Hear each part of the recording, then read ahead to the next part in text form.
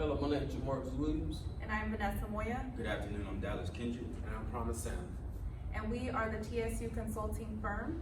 We are going to discuss the future of Pfizer in China.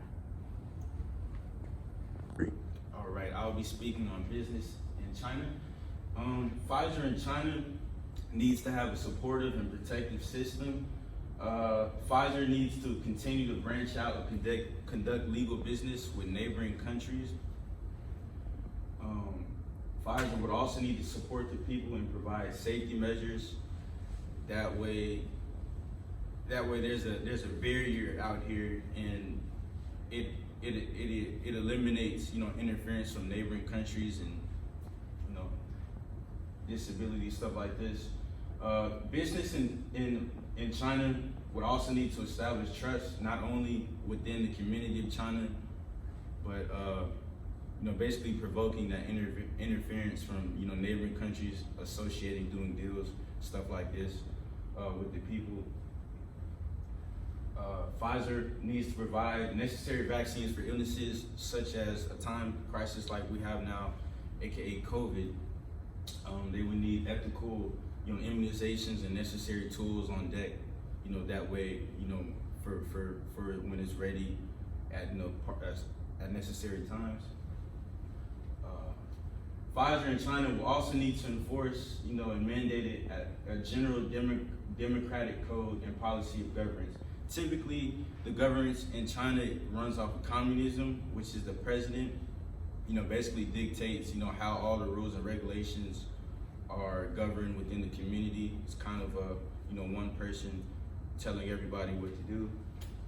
I believe democratic, everybody has a fair share, equal rights, being able to speak up and what they believe in. This gives the community of China to express themselves of how they feel of the business of Pfizer.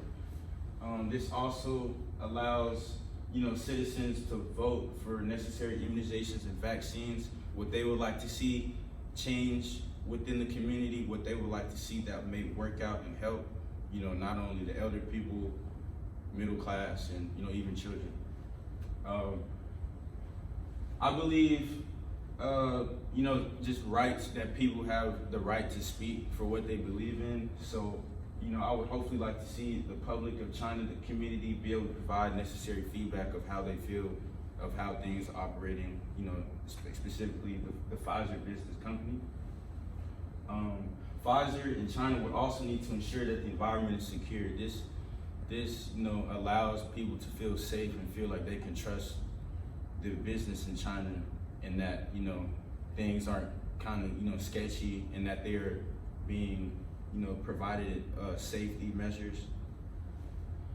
They also need barriers because Pfizer in China does a lot of imports and export business. They're one of the largest manufacturers across the globe, so there's a lot of room for things to happen. Barriers and having boundaries allows Pfizer in China to operate a safe legal business without being sued and going against the laws of China. Like I said, Pfizer and China are one of the biggest manufacturers across the globe that deliver goods and sell products to basically every country. So as much as they're dishing out and selling, they would also need to import resources to keep the balance of the system and things operating smoothly for growth and development of the business of Pfizer. Thank you. On this slide, we were talking about market share. During our time with Pfizer in China, they have invested over $1.5 billion.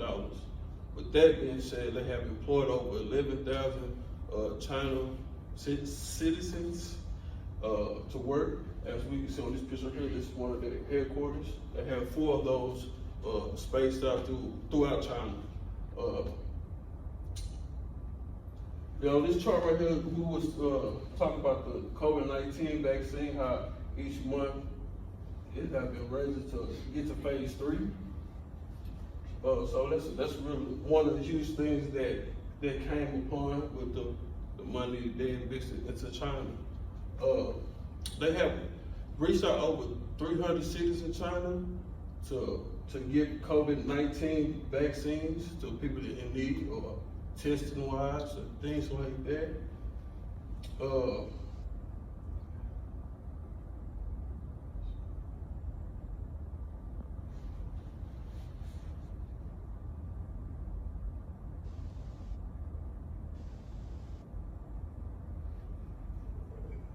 You pause it. With that being said, biopharmaceutical is one of the big things that have become number one in the country, with Pfizer and China coming together in the last 3 years. So with all that being said, China and Pfizer have really helped each other out. They made plenty of money, employed plenty of people, and help vaccines go throughout China. And let's see. Go. Speaking on the legal side of things, I believe that Pfizer definitely has a promising future here in China, because one, China has a lot of laws that govern and regulate the distribution of medicine in China. For example, China has successfully created over 60 articles that help explain how drugs will be imported, exported, distributed in the country, and how the profits will be spread out into the country evenly in order for the GDP to continue to rise. Personally, I believe that the future of Pfizer in China is great, because although China is a communist country, China still understands that at some point they're going to need to also be able to let Pfizer branch out to other countries while making China the headquarters, because then again, that brings in more profit into China, and China completely understands that that is where the communism rules are going to have to be relaxed on. And in many cases, the China system, when it comes to health services, is also a public system. So basically, 90% of all the emergencies and everything goes through a public system, and there's enough health care for everyone in the place. But the only reason that Pfizer will be completely successful is if they continue to develop in China and have the ability to go out, to branch out and provide other countries with these drugs, but making China the headquarters of their place. Thank you. Okay, so now I want to talk about our aims for this upcoming year here in China. So the market aims, first we're going to talk about increasing the PVI. We're also going to talk about increasing and maximizing localization strategies. And then lastly, we're going to talk about taxes here in China. So the reason that we're advising you all to focus on increasing Pfizer venture investments here, one of the major reasons is the biopharmaceuticals and mRNA. That is the future of medicine. We've noticed that the ancient way of creating vaccinations and medications is no longer the effective way to move forward in the era that we're going in, with the increase in illnesses and what is the reason that we recommend increasing Pfizer venture investment donations is because biopharma and mRNA is the future of medicine. We've noticed that the ancient way of doing research and creating vaccinations and medications is no longer the way that we are going to do that moving forward. There's a more efficient way to do it with mRNA, as we've noticed with COVID-19. With COVID-19, we were able to make the first vaccination, you all were able to make the first vaccination that was FDA approved within the United States and across the globe. So there were also great revenues made from that. So moving forward, we believe that you should continue doing the PVIs because that gives you the opportunity to exploit these avenues without the major overhead. So without you actually having to do the research and create these products on your own, you're just investing in institutions and firms that are already doing this research and helping them advance those efforts so that you can come out on top and creating the first vaccines and medications moving forward. Next, we're going to talk about localization strategies. We believe that you should continue focusing your efforts here. on the local geographic production, because China's market is very unique compared to other countries. Here, some of the native Chinese community believe in certain medications and vaccinations that may not be profitable in other countries, but here in China they are. So we believe that you should still continue doing that because it's worked. So don't try to fix something that isn't broken. We also recommend that you anticipate change and the need for new products. So the easiest way to begin losing revenue is to continue doing the same thing over and over again without projecting opportunities for the future.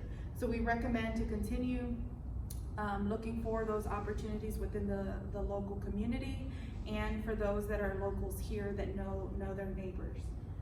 Lastly, we want to talk about negotiating taxes here in this host country. So the best way or the easiest way to reduce operating costs and overhead costs we know is to reduce your taxes.